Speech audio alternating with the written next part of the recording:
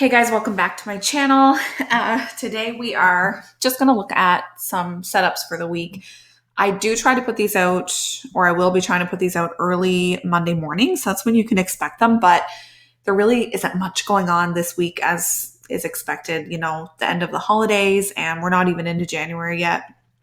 I won't be rushing into any trades or anything like that.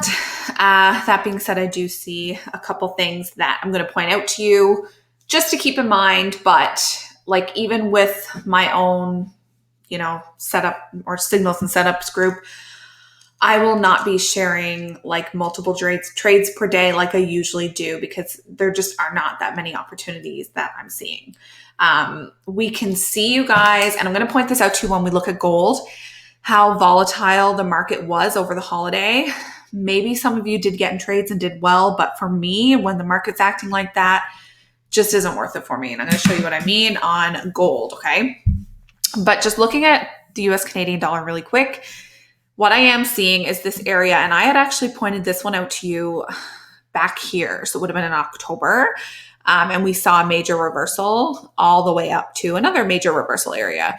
And so we're coming back down and retesting that again. Now, that doesn't mean that we're not going to break it. So we're seeing a lot more bearish pressure right now. And again, we're going to see a little bit more volatility because of the time of the year. So things aren't going to play out as textbook as we usually do. But this would be the zone that I'm looking at right here. This is very rough because we're on the daily chart. I'm just trying to give you an idea. And the areas I have marked, I'd actually drag this down. So it's going to be quite large. So it would be between 1.301, I'd say 1.302 and then 1.305. Okay. So I know that's kind of a big zone, and it really is, but when we're looking at the daily chart, you are going to have bigger areas like that. So that's the area I would look for reversal. Now you can see what happened here, and this is a prime example of candlestick patterns not always playing out. We had a beautiful doji, a nice reversal candle, okay? And price just continued on down. So it gave us a kind of a little bit of a fake out there. We thought we might get rejection. Not really a fake out, but you guys know what I mean. It would be on the 4-hour chart.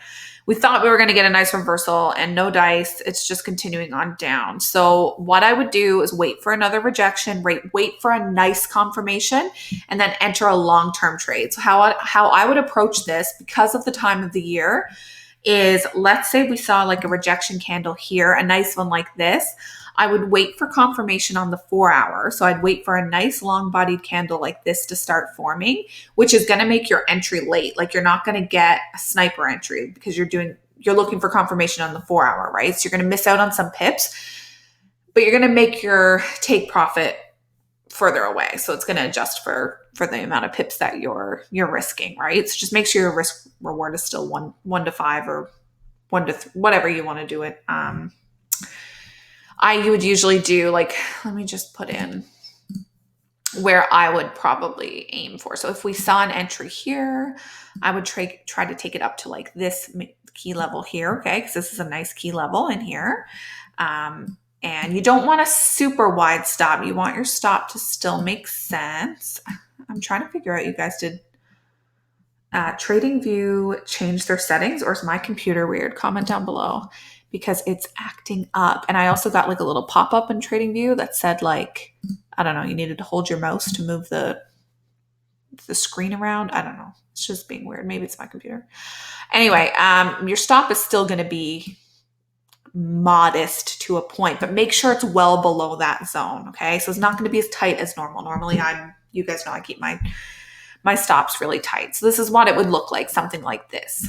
If we don't see a nice rejection and we see price break this area, we're going to look for the next key level and take a sell down towards that, which is looking like it would be this one here, but we'll take a look at that if that happens, okay? So, but this is what I'm looking for in terms of a major reversal on the US Canadian dollar. Fundamentals are absolutely going to play a role in this, so it might throw our analysis off. That's just the market, guys. You'll notice I am looking at the daily time frame because the way the market is right now, the volatility that we're seeing is more noticeable on the 4 hour. So I'm not going to really analyze on the 4 hour like I normally do. I'm looking for kind of more longer term trades. I did want to talk to you guys about gold as well. We're not going to do as many this week. I'm only going to touch on two because, like I said, just markets being funny.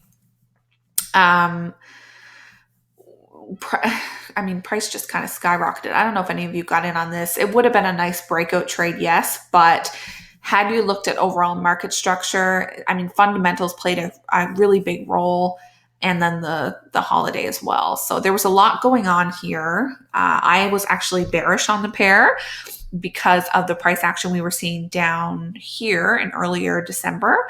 That did not play out. Okay, so I had actually taken a sell. Didn't play out. That's fine. You win some, you lose some. But the point I'm trying to make, guys, is we're going to get a pullback soon. We're definitely bullish. So what I personally will wait for, I'm waiting for this move up to finish. I don't know if it's finished yet. I highly doubt it because on the daily, it's still, our candles are still pretty long.